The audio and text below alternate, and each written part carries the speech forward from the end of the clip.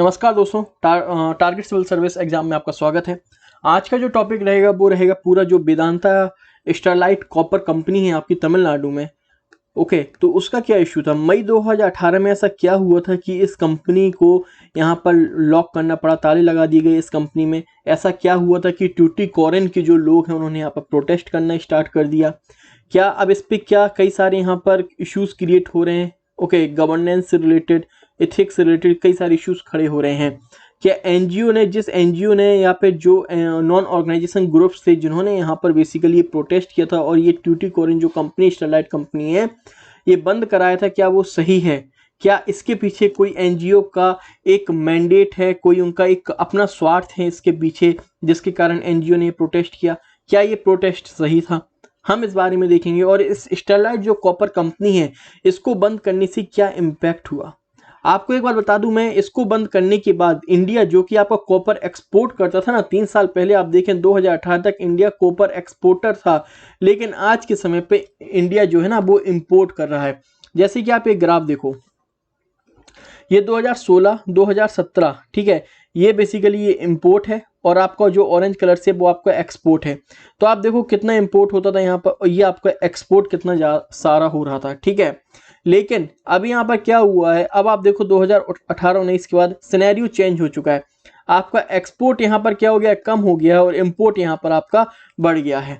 तो Sterlite company का ऐसा क्या इफेक्ट हुआ। क्या इंडिया में और कोई कॉपर कंपनी नहीं है जो कॉपर प्रोड्यूस कर रही हो, जो स्मेल्टिंग कर पा रही हो। क्या कारण क्या है, पूरे इशू को हम यहाँ पर डिटेल्स में देखेंगे, बने रहिए साथ में। ये आपका आज का टॉपिक ही यही था, ठीक है, सॉल्विंग द स्टरलाइट प्रॉब्लम। यहाँ पर हम देखेंगे कि प्रॉब्लम है कहाँ पर। सबसे पहले यहाँ पर ऑथर ने बताया कि प्रॉब्लम कहाँ पर है आपकी। ओके,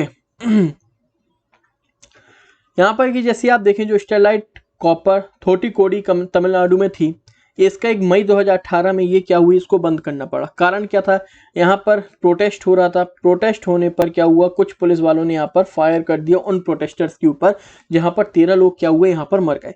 13 लोग खत्म हो जाने के बाद ये बेसिकली यहाँ पर इस कंपनी को ताले लगने पड़े। ओके, तो अभी वो प्रोटेस्ट कर क्यों रहे थे। अब प्रोटेस्ट क्यों कर रहे थे इसके हम कारण देखेंगे, प्रोटेस्ट करने के क्या कारण थे। पहला कारण देखेंगे, सबसे पहले जो यहाँ पर बताया गया प्रोटेस्ट करने का कारण था पॉल्यूशन। पॉल्यूशन को यहाँ पर रेगुलेट नहीं किया जा रहा था। सबसे पहला मेजर जो एलिगेंस यहाँ पर लगाया गया था वो था यहाँ पर पॉल्यूशन।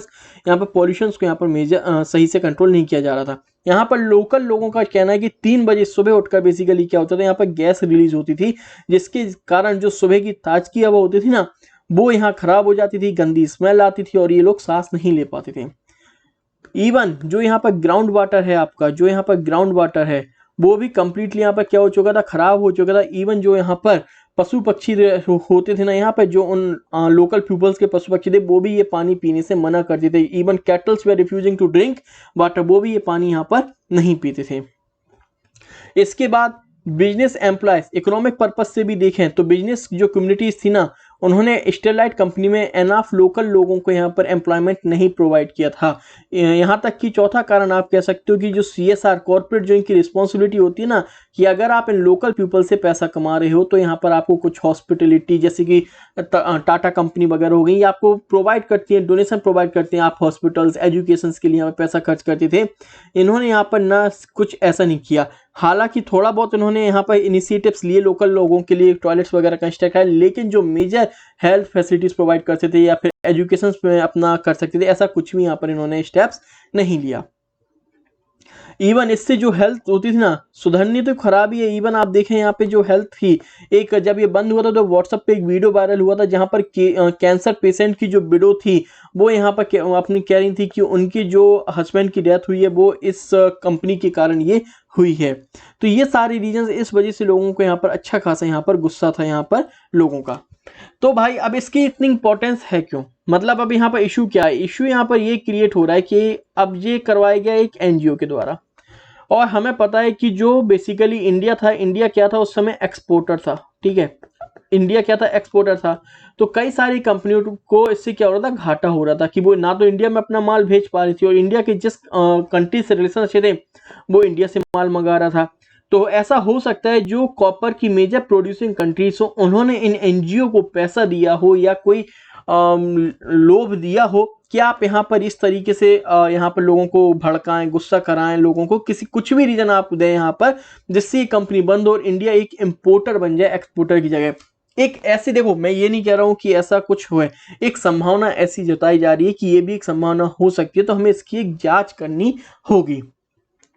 पर बात अभी ये आ जाती है कि भाई ऐसा है क्या, स्टरलाइट कंपनी इतनी ज्यादा इंपॉर्टेंट है क्यों आपकी? ओके, स्टरलाइट कंपनी आप देखो इतनी ज्यादा इंपॉर्टेंट क्यों है? कॉपर जो है ना बेसिकली क्या है आपका, एक इक्विपमेंट, जो एक मेटल जो बेसिकली आपका इसकी जिसकी बहुत ज्यादा जरूरत है, चाहे आप एनर्जी सेक्टर में चले जाओ, आजकल आप देख रहे हो इलेक्ट्रिक इक्विपमेंट्स आ रहे हैं, इलेक्ट्रिक बाइक आ रही हैं, वहां पे इसकी जरूरत है। हम विंड एनर्जी, सोलर एनर्जी, जहां पर हम क्लीन एनर्जी की ओर जा रहे हैं, वहां पर भी इसकी जरूरत है। आप कोई भी ट्रांसमिशन प्रोजेक्ट ले लें, वहां पर इसकी जरूरत पड़ जाती है। तो कॉपर की डिमांड है ना, वो धीरे धीरे बढ़ती ही चली जा रही है कॉपर की डिमांड, और इस तरीके से अगर ये बंद रहेगी कंपनी, तो इंडिया की जो बेसिकली ग्रोथ है ना, उसको कहीं ना कहीं यहाँ पर हार्म होगा।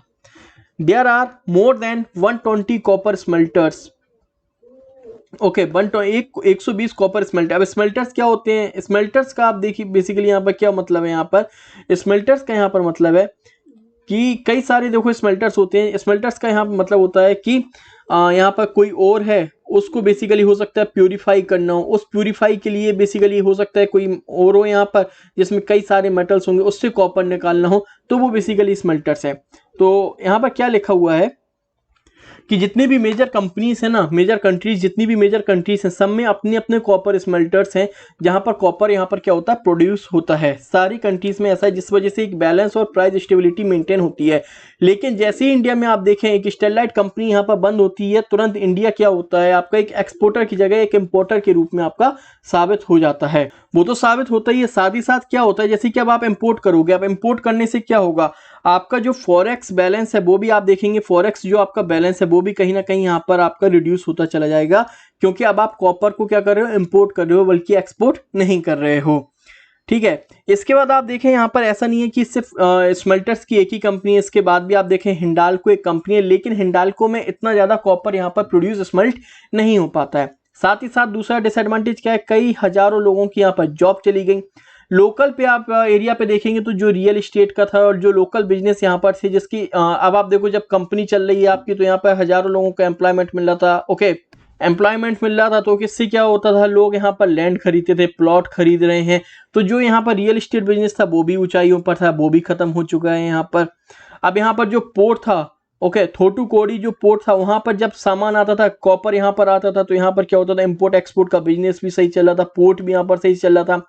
एक कंपनी बंद होने के कारण यहाँ पर 25% जो है बेसिकली हमने देखा है कि पोर्ट की जो यहाँ पर बिजनेस था, इकोनॉमी थी, वो कम यहाँ पर होकर मिली है। इससे कई सारे यहाँ पर, इससे भी आप देखें तो यहाँ पर भी कई सारे लोगों की जॉब चली गई है इस कारण से। तो ये सारे यहाँ पर आप देखें इकोनॉमिक इश्यूज यहाँ पर दिखाए गए नहीं कि कंपनी के बंद होने से क्या क्या सारे यहाँ पर इश्यूज आप यहाँ पर देख सकते हैं, ये सारी चीजें यहाँ पर बताई गई हैं। इसके बाद यहाँ पर आप देखें कई सारे यहाँ पर लॉरी, ट्रिप्स वगैरह यहाँ पर ट्रांसपोर्टों के लिए यूज हुए जाते थे, वो सारे बिजनेस भी यहाँ पर खत्म हो गए हैं। तो इस पर ये सारे इश्यूज हैं, पर इस पर एक जजमेंट आई हुई थी मद्रास हाई कोर्ट पे जब केस चल रहा था, तो मद्रास हाई कोर्ट ने ये कहा था कि अगर इकोनॉमी वर्सेस आप एनवायरनमेंट देखेंगे ना, तो एनवायरनमेंट को हम यहाँ पर ज़्यादा सिग्निफिकेंस मानेंगे, एनवायरनमेंट ज़्यादा इंपॉर्टेंट है इन कंपेरिजन टू इकोनॉमी। अगर इकोनॉमी हार्म होती है तो होने दें, लेकिन हम इकोनॉमी को एनवायरनमेंट के ऊपर नहीं ले सकते। तो यहाँ पर वेदांता कंपनी ने क्या किया, वेदांता कंपनी यहाँ पर सुप्रीम कोर्ट पे अपील करने को गई है। बट अभी यहाँ पर क्वेश्चन ये आता है कि कर क्या सकते हैं, एक कंपनी भी स्टार्ट हो जिससे हमारी इकोनॉमिक ग्रोथ भी हो, तो यहाँ पर क्या वे फॉरवर्ड होना क्या चाहिए। सबसे पहली बात तो यहाँ पर वे फॉरवर्ड में होनी चाहिए एक ट्रस्ट डिफिसिट जो क्रिएट हुआ है। सबसे पहले तो यहाँ पर ट्रस्ट डिफिसिट जो है उसको हमें यहाँ पर जो ब्रिज है उसका काम करना होगा। यहाँ पर जो लोकल लीडर्स हैं, जो कि जिन्होंने एनजीओ की डिमांड से जो इस इशू को उठाया है, और जो कंपनी के ओनर हैं, उनसे यहाँ पर बैठ के बात करनी होगी कि पहले तो इनकी बात भी सुनी होगी, क्योंकि अगर ये नहीं चाहेंगे, लोकल पीपल्स नहीं चाहेंगे, तो कंपनी कभी भी स्टार्ट नहीं हो सकती। इनकी क्या क्या इश्यूज हैं, उन इश्यूज को कहीं ना कहीं कंपनी को मानना होगा, जितने भी सही इश्यूज हैं उस कंपनी को मानना होगा। एनवायरनमेंट बेसिकली सही में एक बड़ा ही इंपॉर्टेंट सिग्निफिकेंट फैक्टर है। जैसे कि वो गैस रिलीज करें, तो यहाँ पे कंपनी को कोई ना कोई सिग्निफिकेंट स्टेप्स यहाँ पर लेने होंगे कि उस गैस रिलीज को कैसे रोका जाए, कैसे कम से कम यहाँ पर किया जाए, यहाँ पर कि कम से कम हार्म हो लोगों को, ये सारी मेजर्स यहाँ पर लेने होंगे। कंपनी को भी अपनी कॉर्पोरेट सोशल रिस्पॉन्सिबिलिटीज समझनी होगी। कंपनी को कई सारे इंसेंटिव्स लेने होंगे कि वो एजुकेशन पर, हॉस्पिटल्स पर, जो सोशल इश्यूज है उन पर काम करे कंपनी, ये सारी चीजें यहाँ पर करनी होगी। साथ ही साथ यहाँ पर कुछ इश्यूज भी चेक करने होंगे, जैसे एनजीओ का इशू मैंने आपको पहले बताया था, क्या वो सही में इस टाइप का इशू वहाँ पर है। तो ये सारी चीज़ें यहाँ पर चेक करनी होगी, तभी एक अपॉर्चुनिटी जो आज इंडिया की जो कॉपर जो आज इंपोर्टर बन चुका है ना, उसको वापस से एक्सपोर्टर बनाने के लिए स्टरलाइट कंपनी को हमें यहाँ पर सही करना होगा। साथ ही साथ अगर ऐसा हुआ है तो जो हमारी यहाँ पर रिपोर्ट्स होती है, EIA होता है, एनवायरमेंट इम्पैक्ट असेसमेंट है, वो रिपोर्ट कहाँ है, वो सही से काम क्यों नहीं किया, उन ऑफिसर्स को भी यहाँ पर आपको यहाँ पर अकाउंटेबल बनाना होगा कि वो अकाउंटेबल होने चाहिए कि ये रिपोर्ट यहाँ पर जब लोगों ने इशू उठाया तो उस रिपोर्ट में इशू क्यों नहीं है। तो ये सारी चीज़ यहाँ पर नहीं लिखी है अपॉर्चुनिटीज में, पर आप ये सारी इशूज यहाँ पर डाल सकते हैं अगर इस टाइप से कोई भी क्वेश्चन आपका UPSC या UPPSC में आता है तो। ओके, तो आई होप ये क्लियर हो गया होगा स्टरलाइट का इशू क्या है, इससे क्या क्या इकोनॉमिक प्रॉब्लम क्रिएट हो रही है, इशू क्या है मई 2018 में क्रिएट हुआ, इकोनॉमिक्स प्रॉब्लम क्या क्या है, इतना सिग्निफिकेंट है क्यों, ये सारी चीज़ें यहाँ पर हो गई क्लियर, और बे अपॉर्चुनिटीज़ में भी आप यहाँ पर देख सकते हैं। एंड गाइस, अगर वीडियो पसंद आए तो लाइक शेयर एंड सब्सक्राइब जरूर करें वीडियो को, and Target Civil Service Exams पर जाकर ज़्यादा से ज़्यादा लोग इसको सब्सक्राइब करें। Thank you so much.